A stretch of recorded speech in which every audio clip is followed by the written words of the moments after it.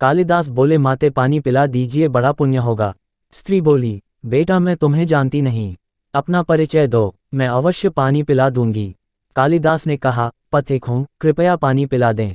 स्त्री बोली, तुम पथिक कैसे हो सकते हो? पथिक तो केवल दो ही हैं, सूर्य व चंद्रमा, जो कभी रुकते नहीं, हमेशा चलते रहते। तुम इनमें से कौन हो, सत्य बताओ। कालिदास ने कहा, मैं अतिथि हूँ, कृपया पानी पिला दें। स्त्री बोली, तुम अतिथि कैसे हो सकते हो? संसार में दो ही अतिथि हैं, पहला धन और दूसरा यौवन, इन्हें जाने में समय नहीं लगता। सत्य बताओ, कौन हो तुम? अब तक के सारे तर्क से पराजित, हताश तो हो ही चुके थे। कालिदास बोले, मैं सहनशील हूँ, अब आप पानी पिला दें।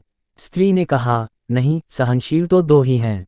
पहली, धरती जो पापी पुण्यात्मा सबका बोझ सहती है, उसकी छाती चीरकर बीज बो देने से भी अनाज के भंडार देती है। दूसरे पेड़ जिनको पत्थर मारो फिर भी मीठे फल देते हैं। तुम सहनशील नहीं, सच बताओ तुम कौन हो? कालिदास लगभग मूर्छा की स्थिति में आ गए और तर्क वितर्क से झल्लाकर बोले। कालिदास बोले, मैं हठी हूँ। स्त्री बोली, फिर असत्य। हठी तो दो ही हैं, पहला नख और दूसरे केश, कितना भी काटो बार बार निकल आते हैं। सत्य कहें ब्राह्मण, कौन हैं आप? पूरी तरह अपमानित और पराजित हो चुके थे। कालिदास ने कहा, फिर तो मैं मूर्ख ही हूँ। स्त्री ने कहा, नहीं, तुम मूर्ख कैसे हो सकते हो? मूर्ख दो ही हैं, पहला राजा जो बिना योग्यता के भी सब पर शासन करता है, और दूसरा दरबारी पंडित जो राजा को प्रसन्न करने के लिए गलत बात पर भी तर्क करके उसको सही सिद्ध करने की चेष्टा करता है।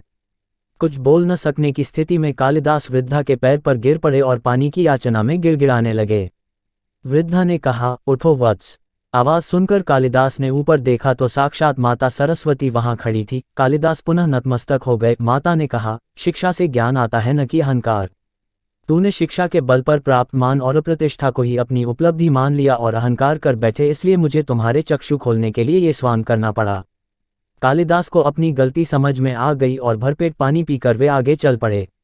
शिक्षा, विद्वत्ता पर कभी घमंड न करें, यही घमंड विद्वत्ता को नष्ट कर देता है। दो चीजों को कभी व्यर्थ नहीं जाने देना चाहिए, अन्न के कण को और आनंद के क्षण को।